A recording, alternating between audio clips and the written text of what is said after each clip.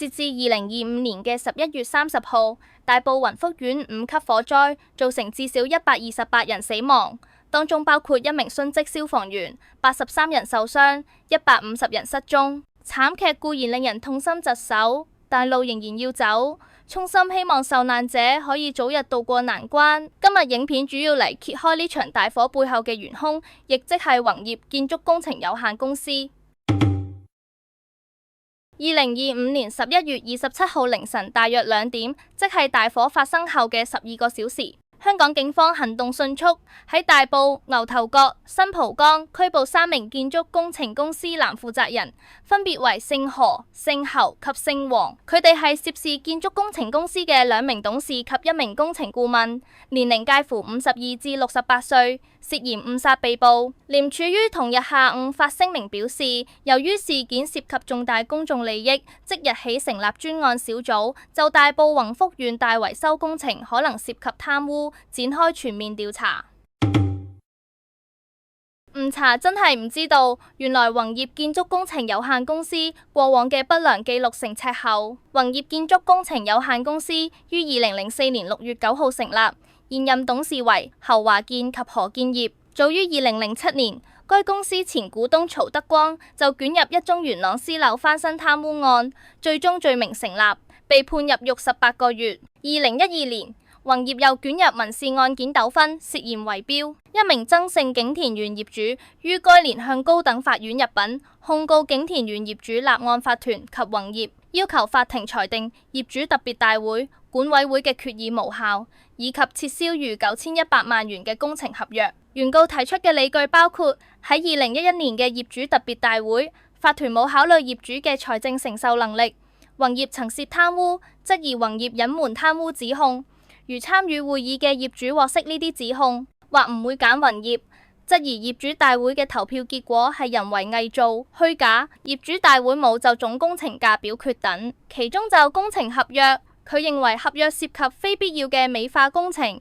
又指工程費用唔合理，認為有關工程被圍標報價，質疑宏業嘅工程費用比正常價格高出2至10倍。但當時主審嘅法官高敬修指，原告冇律師代表或未能掌握案件關鍵，亦可能係借題發揮，所以其證供某程度上流於空泛，並不對題，更有超出本案範圍之嫌。又指原告需尊重其他業主嘅意願。最終法官認為原告提出嘅證供對案件毫無幫助，亦超出審訊範圍。曾先生等業主唔應該借用法律程序嚟抒發佢哋對工程實際施工上嘅不滿，最終撤銷其申請，下令佢須向法團宏業支付訟費。原告不服判決，2014年提上訴許可申請，但被拒。自2016年起至今，宏業建築工程有限公司至少17次違規，被罰款合共近34萬蚊。單在中半山寧陽台嘅工程就有7宗違規，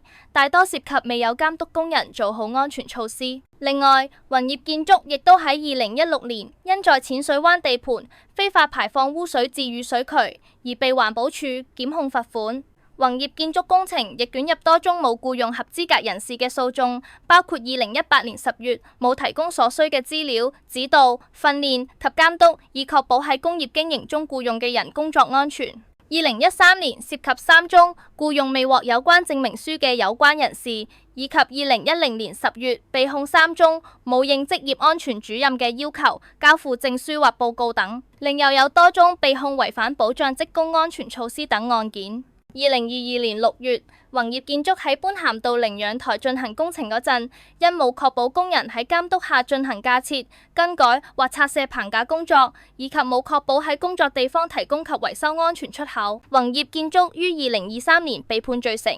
兩罪分別被罰款3000港幣及4000港幣。2023年8月，宏業建築喺屋宇署註冊承建商紀律委員會嘅研訊中被紀律處分，被禁止核證及進行任何簡化規定展開嘅小型工程4個月，罰款5萬港幣。公司嘅獲授權簽署人亦被譴責及罰款5000港幣。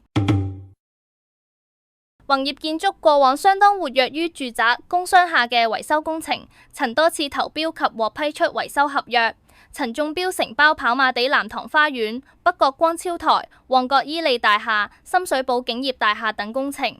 有不願具名嘅工程業界代表接受大公報訪問時表示，10幾年嚟，工程公司圍標嘅情況亦都非常嚴重，甚至有工程公司負責人參與競標後，立即被人惡言警告，無奈退出競標，導致有水準嘅公司越嚟越少，冇幾多間公司投標，競標嘅結果自然就嚟嚟去去都係嗰幾間。佢形容呢一種情況喺業內已維持一段長時間，導致行業生態非常唔健康。佢表示，今次負責人被捕嘅宏業建築工程係業內有名嘅競標常勝將軍，佢哋接咗好多工程，但試問咁多工程，邊有咁多資源投入呢？業內常有偷工減料或用劣質嘅材料等事情，更甚嘅係投標價低者得，唔少中標工程公司往往會以拉長工程期嘅做法嚟繼續俾業主多啲掏錢，以補回低價中標嘅利潤。呢啲不時發生嘅事，喺業內知情者睇嚟係見怪不怪。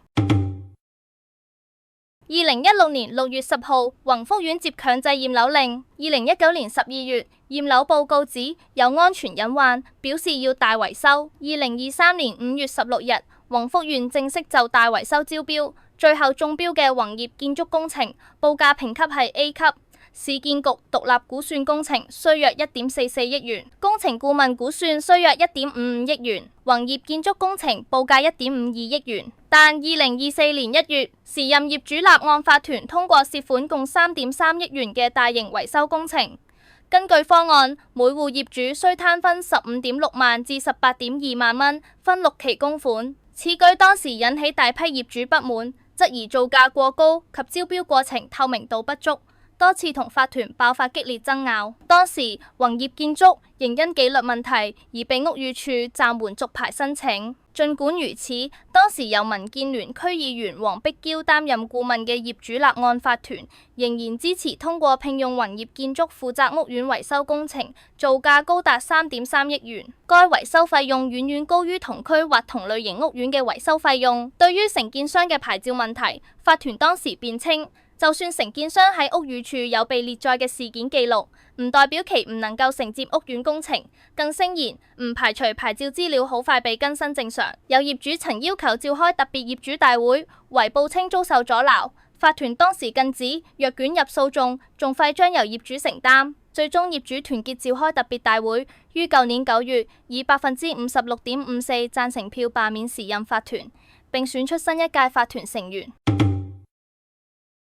出事之後，黃碧嬌似乎想撇清關係。黃碧嬌強調，佢於去年9月法團換屆後已唔係法團顧問，所以唔清楚工程最新進度，亦指佢唔係呢一區區議員。黃碧嬌話，去到大維修已經由新一屆法團同顧問公司及承建商自行洽商。我喺區內覆蓋範圍仲有廣福村，我喺屋苑進入維修階段接嘅投訴亦唔多，因為大維修亦快完。因為呢一區區議員真係唔係我覆蓋，要去到研究討論咁深，我未曾去到有呢個信息。後來黃議員曾為彭網義言一事，大聲斥責，質疑彭網嘅言論係妖言惑眾。如今施工嘅各種缺失釀成大禍，議員身份輕易發表不實言論，而且東窗事發之後第一時間撇清責任，議員誠信令人憂慮。